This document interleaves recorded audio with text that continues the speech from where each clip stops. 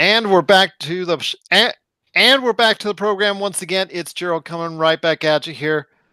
It's that time again. We've been doing it all month long. We just truly appreciate everyone that has been inputting their top 5 in pop culture for 2018. We've assembled some of the best podcasters from around the world to give their thoughts on the best things that have intrigued them and fascinated them, excited them over the course of 2018 when it comes to pop culture. But I can't have anyone, but I cannot have a list and I cannot have a group of podcasters come together with their thoughts on the best in pop culture of 2018 without another great podcaster that needs to go ahead and share his thoughts. He is one of the 3 guys that are out there that make up the voice from the underground. You got to catch their show today on Spreaker, also as well Apple Podcasts, iHeartRadio, and so many other different outlets. It is my good friend, and he is definitely one that I want to hear exactly what he thinks when it comes to the top 5 of 2018. It's Haas from The Voice from the Underground. What's going on, my friend? Hey, how you doing, Joe? How's everything? Everything is great here. Just like I said, it's been a great month. It's been a great month listening to not only your cohort in crime, that's Mr. Dutch. He's already weighed in on his thoughts. I'm sure. And I know you're going to be excited to hear that. And I know hopefully I can get a hold of TJ later this month. But I want to hear your thoughts. Oh, I know he was already excited when I reached out to him. But I want to hear you, my friend. What are your top 5 when it comes to pop culture in 2018? All right. Well, you know something, it's funny. I've got a range. I've got a couple of items from very early in the year, and I've got a couple of things that literally I just of here in the last couple of weeks. So I'm gonna just right out the gate. I gotta go with Black Panther as my first just mammoth pop culture item of the year. I mean, it sparked so much conversation universally, and it was so much sub-conversation within the Black community about all of the meanings. I literally had to go and see it twice. I had to see it twice, and I think if I saw it again, I would pull some more nuggets out of it. It was such a multi-layered movie. As I said, the universal conversation, and then the sub conversation in different cultural groups. I mean, amongst Blacks, it was something that was picked apart. I mean, we really delved into Killmonger's character and the essence of his motivations. Was he right? Was he wrong? Did he have good intentions but just go about it the wrong way? It's really deep. And then on a personal level, leaving the movie the first time and seeing young white kids trying to use African dialects because they're Killmonger or they're Black Panther or they are, I saw a little white girl. She wanted to be T'Challa's sister. It was just amazing to me to see that, and the movie was so well done. Oh, absolutely. It's up for a Golden Globe nomination already, and there's a lot of talk that it has an Oscar chance as well. That would be amazing. That would be, especially from a quote unquote Marvel superhero movie, to be an Oscar, just to even have the rumblings of an Oscar buzz and to have a Golden Globe nom it just speaks to the power of the movie. You're exactly right when it comes to Shuri. She has been such a beloved figure since Black Panther. I think a lot of people were disheartened to finally realize that in the trailer for Avengers 4, that unfortunately she has succumbed to the snap or whatever they're calling it, the decimation or whatever. Yeah. So, but I will tell you, Black Panther is a historic movie for many reasons.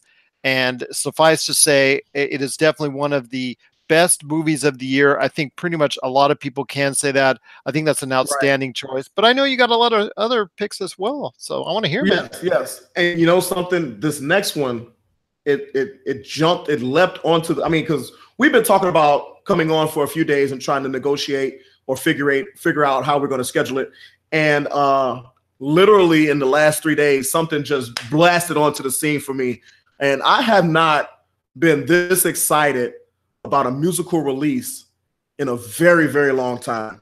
But Ice Cube's new album, Everything's Corrupt, Sweet Jesus. Oh my God. This is the kind of rap music we need.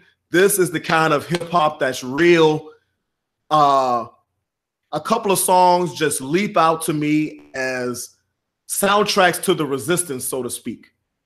He's got a song called Chase Down the Bully, which really talks about an alternative, quote unquote, way to deal with some of these alt-writers and things like that. Those people who feel emboldened by Orange Julius's election and his rhetoric and things of that nature.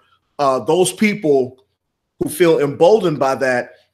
And I think part of their being emboldened to action is because a lot of times on the conservative side, they view liberals as meek, as weak, and as docile, and that Democrats or liberals or people who are not conservatives are less likely to retaliate when run up upon. And Ice Cube's song, Chase Down the Bully, really says to them, says to people who are not for Trump, when these people come up and seek to try to assail you in any type of way, to react strongly. And then he has another song called Good Cop, Bad Cop. And this song is actually an older song that he put on this album because it fits so well. And it really talks about, you know, a lot of times, especially in communities of color, we talk about how are we supposed to know who the good cop is when the quote unquote good cop is watching the bad cop do those bad things. And number one, not saying anything. And if that cop does get in trouble, he joins in all of the other cops in the blue code of silence. So which one is the good cop then? You know, the one who's actually is the one who's not doing anything, but he's not doing anything in the aftermath either, the good cop? Or is he really just one of the bad cops that just doesn't join in the action? So that song is amazing as well. And there's some other songs on that album that are truly speak to the communities and talk, and I mean, even calling out the Black community for some of the things that we need to do better. So it's a great, great album for now, for young and older people, because it harkens us back to that older type of hip hop, but it speaks to today's issues. It speaks to today's issues on a bunch of levels. So I really am excited about that album. And I'm looking forward to listening to it a few more times to delve in and get some more stuff out of it. I couldn't agree with you more on that, as far as, because there is a wide gap of what was successful in rap and hip hop in the 90s and what most people perceive as successful rap here in today's measure with, I guess you could say, for lack of a better term, the mumble rap. Obviously, the music that's, you know, I guess Drake has set it apart more than anybody because of his universal acclaim, his universal success, all the things that he's earning on it. Sometimes it's great to get that flashback from artists such as Ice Cube, Ice-T, you know, the list goes on, that are still performing today, that both you and I have heard so many times in the past, that we keep telling the youth of today, hey, this was what we were used to. This is what emboldened us. This is what made us feel good when we were listening to rap. And people, you know, these days that just listen to the mumble rap, not to say it isn't bad, because there is some great mumble rap. There's some good, Drake has some great good content. Yeah, Scorpion was a good album. I liked it. So, you know, but it's just when we talk about substance, you know, when we talk about the substance that used to be in a lot of rap. I mean, Kendrick Lamar speaks to things. J. Cole speaks to things. We have a lot of artists out there that still speak to it, but for Ice Cube to put it so plain in this album was just amazing, and I thought it was great. I can't agree with you more, and the fact that he's a Lakers fan, I guess it just kind of helps out even more. That helps out a little bit, right? Helps out a little bit, but yes, actually, I've always told the story of when, you know, not only listening to him growing up as well, or in my early adulthood, but I remember my times listening to LL Cool J, going to check out a major concert of his back in the LA Sports Right. Arena and listen to him just like blow my eardrums out. It was just truly an Mhm. awesome experience I won't soon forget. But it does show this kind of divide that is from old school hip hop to today's different style of rap and hip hop that's out there. Hopefully, that we can get enough people out there to just appreciate both for what they are and appreciate the messages that are within both that both are trying to deliver. But that's Right. actually an excellent point. I'm just so happy that you're getting to also the audio portion of pop culture, because it's so great when Mhm. we hear music and everything else representative, not just films, TV, and what so many are used to when it comes to Right. pop culture. But you got three more, my friend. I I got to hear do. more. And I got to hear I've got another recent one. I've got another recent one that just really was powerful to me. Uh, it's a movie, and my fraternity, Alpha Phi Alpha Fraternity Incorporated, we are in a national partnership with March of Dimes, and this was actually a fundraising effort of ours. So everybody who came out to watch this movie with us, a portion of your proceeds, of course, a big portion actually went to March of Dimes, and we really thank you all for that. Mighty Mu Mu Lambda chapter, that's my chapter of Alpha Phi Alpha Fraternity Incorporated, and we went and saw Green Book. And a lot of people, including my wife, she did not know what a Green Book was. And it was fortunate for us. My grandmother was in town from Houston shortly before we went to see the movie, and she talked about taking my father to Washington, D.C., her and my granddad, and having to use the Green Book to travel from Illinois to Washington, D.C. And my wife, her eyes were just like big as saucers. Her mouth was wide open. And she's like, she did not know what it was. And I'm like, that's how we traveled safely up into the 60s and 70s. This was not that long ago.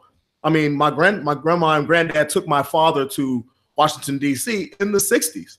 So, this wasn't that long ago. And the movie, the character development, the arc of the characters, you really need to see this movie. It is something that what I got from it is this. It's so easy to be divided over these social media platforms. But in the case of this movie, these people are in a car together and they're traveling throughout the south of this country, the southwest. I mean, the southeast of this country. And they're in this car for hours and hours and hours. And what always happens when people are put together, you find those threads of interconnectivity and you build bridges on those threads. And that's what this movie really, really spoke to.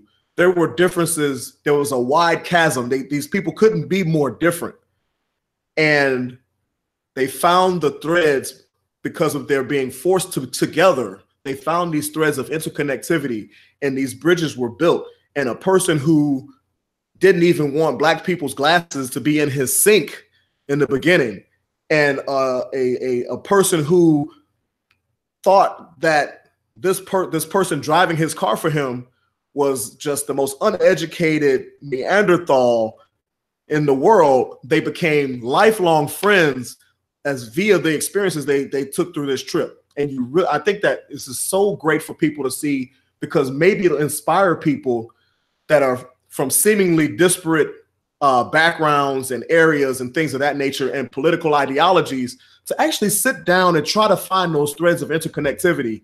I think this movie could be a good inspiration for that. And speaking to that, there in the theater with us were so many non-persons of color in that theater to watch that movie. And I thought that was very inspirational and very hopeful, because I just felt like, well, if we got all of these people coming to see this movie, maybe there is some hope, because maybe some people came to that movie because their wife or their husband forced them to. And now they'll have some inspiration to maybe open their palm a little bit and reach out instead of just being so quick to type something or to ball a fist. I'll tell you what, those performances in there, I've heard nothing but great things. Obviously, Golden Globes have also touched that movie, I guess, more than any other from what I'm hearing. I think 6 nominations for the movie as a whole. Wow, I did not know that. Yeah, absolutely. Viggo Mortensen, I believe, gained 50 pounds for the role, did a tremendous job. Yes, he I know did. Yes, he I did. know in the promotional tour he did say something that was maybe touched on some controversial tones. He did probably use the not the correct verbiage he should have, but he was trying to get across the point as far as what the movie is trying to get across and the time and the span it was getting that it evolved in. And Yeah. ultimately, I think his performance should weigh in as far as being an excellent one. Obviously, something that's going to be up for the Oscars as well. But Mahershala Ali, I tell you what, since Moonlight, he has burst onto the screen out there. Yes, he has. He's doing True Detective. He's doing Alita Battle Angel next. He's done House of Cards since then.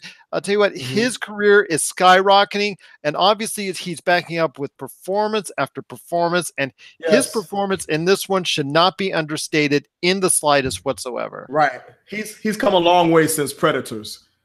Believe me, I sat through that one a long time ago when it came out, and Yeah. anybody, it's just. Wow. Okay, that's another story. Let's just go somewhere else. Let's go somewhere else. Okay, I've got two more. Here. We're on the best of 2018 here. So I'll tell you what, I've got two more. You got two more, so lay it on me, man. Yes. What's up? And you know something? These last two, what's funny is they kind of parallel each other. They have some commonalities, and the first being that these are two things that have come that are still very popular and very engaging in pop culture that have been transpiring for a couple of years now. So the first is the continuing conversation that is being had about Colin Kaepernick and the taking a knee and protests, the peaceful protests against police brutality and systemic inequalities and things like that. We've continued in 2018 to have deep, meaningful conversations, both in people's homes, on social media, and in the media, print, digital, television, regarding this issue, regarding Colin Kaepernick, regarding the issues of police brutality and systemic inequalities and things of that nature. And the staying power of these conversations is something that should be acknowledged, because when he first took that knee in 2016, many people thought on both sides of the issue that it would just go away, and they thought it would fade into the background, and they thought that it would be over with. And sure enough, here we are 2 years later, still having these conversations. And I know personally, from personal experience, that through having these conversations for this length of time, there are people whose minds have been changed. There are people who were vehemently against what he was doing, didn't think it was a worthy cause, et cetera, and through conversation have come to understand and actually become to the side of, yes, this is something that is worth doing, and I am now on the side of the people that are protesting. So those conversations from what Colin Kaepernick has done, and I think that staying power regarding what he's done and the continued blackballing of him by the NFL is going to put him down when history looks back as one of the transcendent historical figures of our time. I couldn't agree with you more on that, as far as a lot of the things that he's trying to get across. I mean, you and I spoke about that earlier this year on the Voice from the Underground podcast. And as far as not just the fact that he is doing it, it's what is the message about? Why is he doing it? And a lot of people still to this day still don't want to go ahead and acknowledge why he's doing it, instead of just the fact that he is doing it. I understand to this day, it's still a topic of conversation. And I'm going to be honest with you, in the past 2 weeks, I've had people come up to me and speak their thoughts on the Colin Kaepernick issue in regards to yes or no, that they will support or not support Nike on that issue.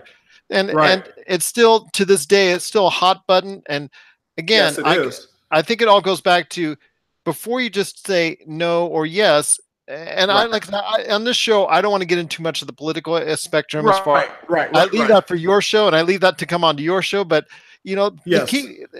Check out the Voice from the Underground, the podcast, to hear all the thoughts that are there. And I just tell you what, it's just a great way to get involved as far as the opinions one way or the other, because it's Right.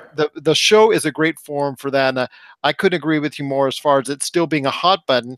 And I'll tell you Right. what, seeing the Washington Redskins recently going through its troubles at quarterback and so many other teams, Right. Mark Sanchez still throwing to the other team for touchdowns. Josh Johnson, he got benched, I think.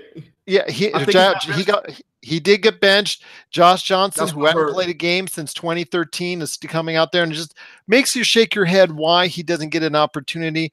But then again, we all understand that it is some type of situation going on, whether you want to say it's collusion, whether you don't want to say it's collusion. When quarterbacks are popping out there that are coming from, last time they played was 2013, you've got some issues out there, and you got some people that are just ignoring the fact that, Colin Kaepernick, no, he might have not been at the starting level at the time he was starting to do this. He was now no longer the all-pro quarterback he once was, but that doesn't mean if he had been given the chance, he could have gotten back to that level. And the thing is that the last year he played in 2016, he had a better touchdown to interception ratio than half of the starters in the league. He had a better passer rating than half of the starters in the league. So it wasn't really about ability. And I think you touched on the right thing, though. When you first started talking about this, you said people don't want to talk about the issue. I'm paraphrasing, but the operative word in your sentence was want to. They don't. It's not that they don't understand it or they don't get it. They don't want to have the conversation because these conversations make people uncomfortable, and that's what Voice from the Underground is for, so we can have those uncomfortable conversations. Oh, and you do, and I've been a part of some of them, and I'm glad to have been a part of some of them, because I'll tell you what, that show is great for it and a great forum for it. But you've got one last. I got one more. Got one more. And this one is a little political, but it's on the hilarious side of political. And once again, it speaks to the longevity. The SNL cold opens with featuring, the Trump administration and things like that are still killing. They are still so funny. They are still so relevant. And part of that is because I guess SNL and the writers and everybody, they constantly get so much fodder to pull from. And that, it is what it is. I'm not going to try to get too political about it, but I was watching this past Saturday, and sure enough, the cold open with the Trump sons and everything, it was still funny. I'm not tired of it, because it's not like they're pulling old information and trying to retread it and make it funny. This is stuff that's happening week to week, day to day, that they are making light of it. In the black comedy circuit, it is said that what we're doing is making fun of our pain a little bit, laughing to keep from crying, in regards to like when black comedians make jokes about police brutality and things like that. It's kind of laughing to keep from crying in a lighter way to vent our frustrations. And I think that what SNL is doing on a more universal scale, because there are people of all backgrounds who don't necessarily enjoy the new administration. And what SNL is doing is basically, hey, let's laugh at this to keep from crying. Let's laugh at this to keep from screaming out in frustration. Let's laugh at this to keep from pulling our hair out. And the longevity of the relevance of those cold opens is still something that, because people still talk about it on Sundays, people still talk about it on Mondays. Did you watch SNL? So I just think that was one of the great things about 2018 as well, is that those things didn't get stale. Well, that's a great list right there for you, my friend. I'll tell you what, those are some great thoughts indeed. But I've got one last question for you. Sure. Well, I've got it right here. I'll tell you what, again, it's Haas from the Voice from the Underground. Well, I want to hear, my friend, why is the Voice from the Underground the podcast you want to listen to for everything out there when it comes to pop culture, political discussion, and a whole lot more? Well, first of all, it's for the courageous. because we're going to come out there. We're going to keep it raw. We're going to keep it real. We're not sugarcoating anything. We're going to talk about those uncomfortable things, but we're also going to have a ton of fun. In the meantime, we're going to also talk about a lot of lighter issues. There's always a spectrum of topics that we discuss, and we discuss them in a way that is very, very conversational. So it's almost like if you put on your headphones or whatever you do to listen to a podcast, if you sat back and just close your eyes and listen, you'd almost feel like we're all just sitting in a barbershop somewhere and we're just having a conversation and drinking some beers or whatever. I mean, I'm smoking cigars and drinking beer as I podcast, and you can always tell when I'm on my third beer. So I just think that people connect with our podcast because it is so conversational. It is so down to earth, but it is so unvarnished. It is definitely raw. It is not polished. It's very, very, very, very, very, very, very lightly scripted. We are the kings of tangents. So the conversation goes where it goes. We try to stick to a little bit of a agenda, but a lot of times, we let that conversation flow and let it be honest. So if you like an honest podcast that's going to have a little bit of courageous conversation, the Voice from the Underground, the podcast is for you. And once again, you can find the Voice from the Underground, the podcast, at Spreaker.com. Also, as well, you're going to find it at Apple Podcasts, iHeartRadio, and over, I guess, 24 different podcast formats. Yes, you can. You can find us almost anywhere. Exactly. My friend, I'll tell you what, it's been great having you on the show. Also, if you can go ahead and like them on Twitter and Facebook, Voice from the Underground, the podcast, the VFU, I'm sure they would like it as well. And so you can get the latest. Make sure you like the one on Facebook that is the podcast. There's a VFU podcast out there that is not our official one. VFU, Voice from the Underground, the podcast, is the one you want to like on Twitter and Facebook. Oh, that's awesome indeed. Haas, it's been great having you here, my friend. Thanks for having me. Oh, anytime. Sharing your top 5, and it's just so great to have you a part of the All right. Of the pop. Cool. Hey, thank you. You got it, my friend. All right.